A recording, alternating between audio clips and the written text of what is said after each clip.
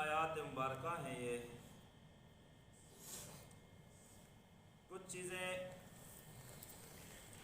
ایک تو نیکی کے اندر سبقت، دوسرے نمبر پر اللہ قیامت والے دن انسان کو اکٹھا کریں گے، اور تیسرے نمبر پر کہ بار بار اس کا تذکرہ اللہ نے کیوں کیا کہ آپ جہاں بھی ہو منہ کرو اس کی طرف، قبلے کی طرف، ان کا تذکرہ، اور پھر اس کے بعد چوتھے نمبر پر کہ یعنی کہ لوگوں کو تمہارے ساتھ جھگڑنے کا موقع نہ ملے، یعنی کہ اعتراض و جوابات جسے کہتے ہیں۔ تو یہ کچھ چیزیں ہیں۔ سب سے پہلے اللہ نے کیا فرمایا کہ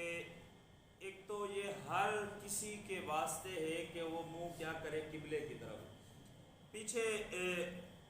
پچھلے درس کے اندر آیا کہ ان میں سے بعض کیا ہیں کہ وما بعضهم بتابع قبلۃ بعض، کے بعض کے قبلے کو نہیں مانتے۔ تو اب جن کے قبلے مختلف ہوں، خواہ وہ بحکم خداوندی ہوں یا ان لوگوں نے اپنی طرف سے کوئی قبلہ بنا رکھا ہو، کوئی اپنی طرف سے کوئی قبلہ بنا رکھا ہو، تو اللہ نے فرمایا کہ ایک تو یہاں پر یہ لا کر کے بھئی مسلمانوں کا جو قبلہ ہے وہ کیا ہے؟ بیت اللہ ہی ہے۔ وہ کیا ہے؟ بیت اللہ ہے۔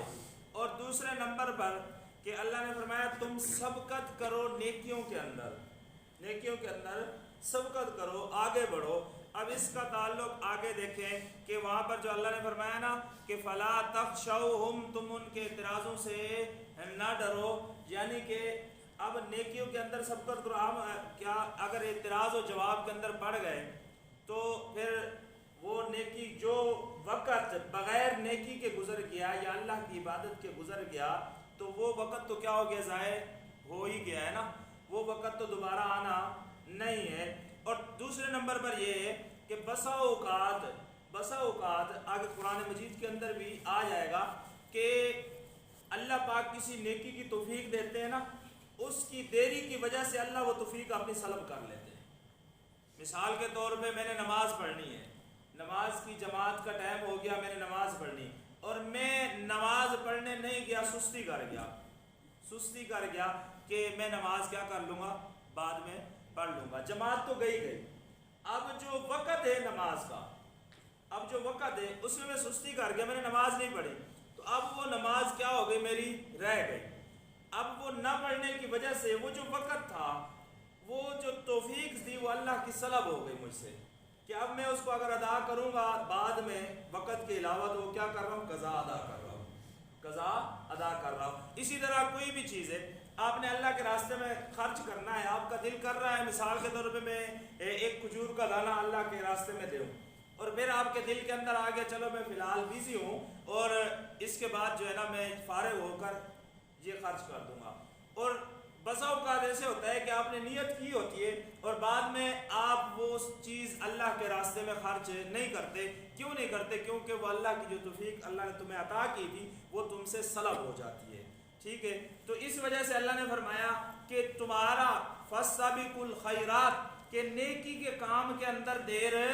نہ کرو، بلکہ جب تم نیکی کا ٹائم آئے، نماز کا آئے، روزے کا آئے، زکوٰۃ کا آئے، حج کا آئے یا سچ کی نوافل کا آئے یا ذکر و اذکار کا آئے، جس چیز کا بھی وقت ہو یا جس چیز کا بھی تمہارا دل چاہ رہا ہو، اللہ نے فرمایا کہ اس کے اندر دیر نہ کرو، ہو سکتا ہے وہ توفیق تم سے سلب ہو جائے، ٹھیک ہے؟ اور پھر اس کے بعد آگے اللہ نے یہ بھی بتا دیا کہ اگر تم نیکیوں میں سبقت نہ کرو اس وجہ سے، یعنی کہ بالکل تمہیں کوئی پرواہ نہیں ہے کہ بس مر جائیں گے، ختم ہو جائیں گے، تو اللہ نے فرمایا اینما تکونوا یأتی بکم اللہ جمیعا، کہ تم جہاں کہیں بھی ہوگے، کائنات کے کسی کونے کے اندر ہوگے، کسی زمین کے ذرے کے اندر تم ملے ہوئے ہوگے، یأتی بکم اللہ جمیعا، اللہ تمہیں اکٹھا کر لائے گا، یعنی کہ تم بچ نہیں سکتے اس دن۔ میں نے میدان حشر کے بارے میں آپ کو پچھلے جمعے میں بتایا ہے حدیث اور قرآن مجید کے حوالے سے، تو اللہ وہاں پر جہاں بھی ہم ہوں گے اللہ اس جگہ ہمیں اکٹھا کر لائے گا۔ اللہ کے ایک لفظ کن کہنے سے سارے کے سارے ویسے حاضر ہو جائیں گے، تو اللہ کو کوئی ڈھونڈنے کی یا ڈھونڈوانے کی ضرورت نہیں پڑے گی، بلکہ اللہ پاک اینما تکونوا یأتی بکم اللہ جمیعا، اللہ اپنے حکم سے ہی سب کو اکٹھا کر لائیں گے۔ دوسرے سے اللہ نے ڈرانے کے لیے بھی وعید بھی نازل کر دی کہ تم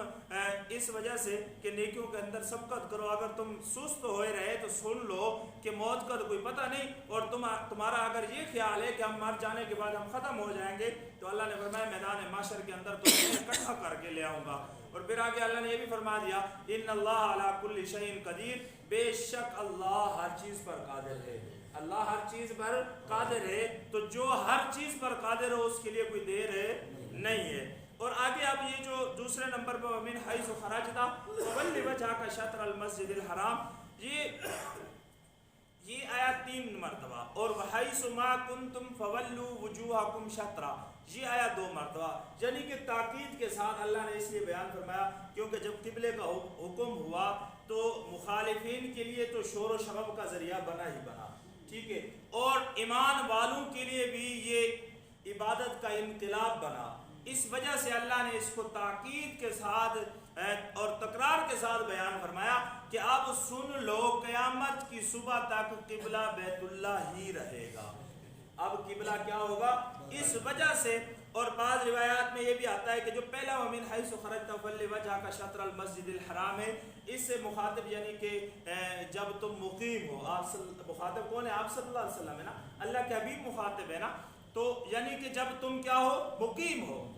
تو اس وقت تمہارا قبلہ بھی یعنی کہ کون ہو؟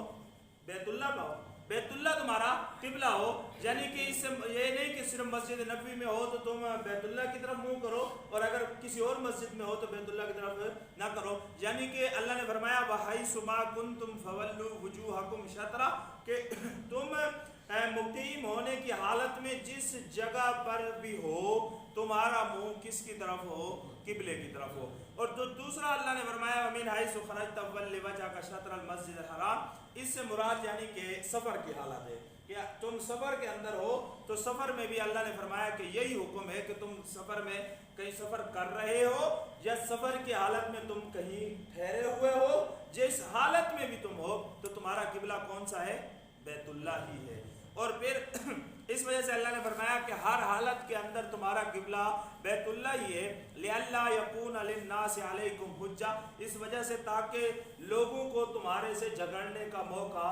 نہ ملے، کیونکہ اعتراض، اب جس نے اعتراض کرنا ہے نا وہ تو آپ کی نقطہ یعنی کہ چھوٹی چھوٹی باتیں ڈھونڈے گا، میرے اوپر کسی نے اعتراض کرنا ہے تو وہ میرے اوپر نظر رکھے گا کہیں سے مجھے کوئی چھوٹا سا نقطہ مل جائے اور میں اس اعتراض کو شروع کروں، اور پھر آخر کار وہ اعتراض بڑھتا بڑھتا پہاڑوں کے برابر ہو جاتا ہے۔ تو اس وجہ سے اللہ نے فرمایا لِأَلَّا يَكُونَ لِلنَّاسِ عَلَيْكُمْ حُجَّةٌ، تاکہ تمہارے ساتھ جھگڑنے کا کسی کو موقع نہ ملے۔ اور دوسرے نمبر پہ آگے اللہ نے تسلی بھی دی فَلَا تَخْشَوْهُمْ، کہ یہ جو اعتراض کرنے والے ان سے ڈرا نہ کرو، تم ان کے اعتراض اور جواب کے حالت میں رہ کر یعنی کہ ان کو جواب دیتے رہو، وقت بھی ضائع نہ کرو، فَاسْتَبِقُوا الْخَيْرَاتِ، کہ تم نیکی کے اندر سبقت کرتے جاؤ، اور ان کے اعتراضوں سے ڈرو بھی نہ، کیونکہ تم نے جواب اللہ کو دینا ہے، ان لوگوں کو